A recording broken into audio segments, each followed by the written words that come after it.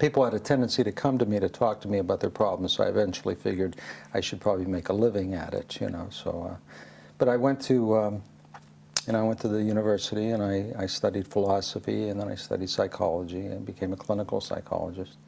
Anyway, at the time, what was happening, I had studied neurolinguistic programming, I was doing Ericksonian hypnosis and so on.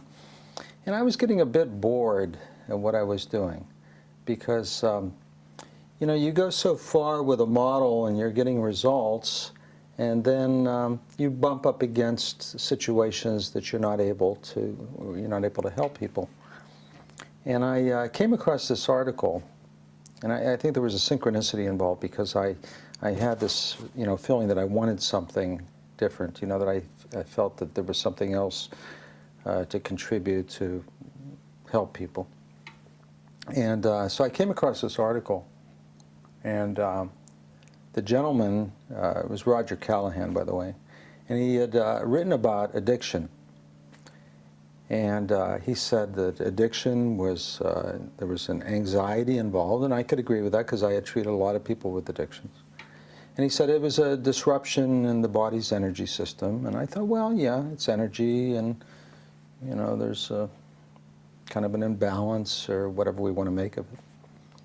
And then he said that the way to treat the problem was to have the person tap under their eye and under their arm.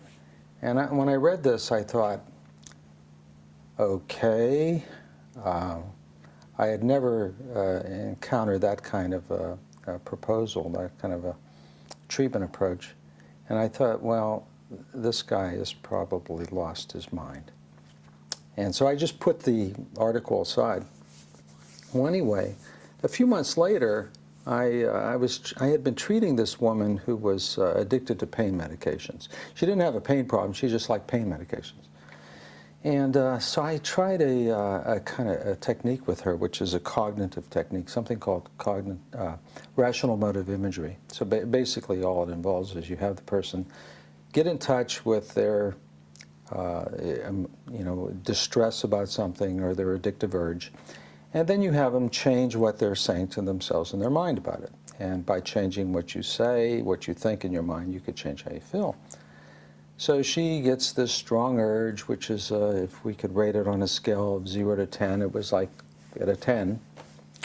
And so she changes what she thinks about it. And the stress level comes down, the urge comes down. And then I said, see if you can get it back again. And she was readily able to get it right back again. And we did that a few times. And then I remembered this thing that I had read in the article, and I said to her, you know, this is going to sound kind of crazy, but would you try this? And so I had her get in touch with the urge, and then I had her tap under her eye, and I had her tap under her arm.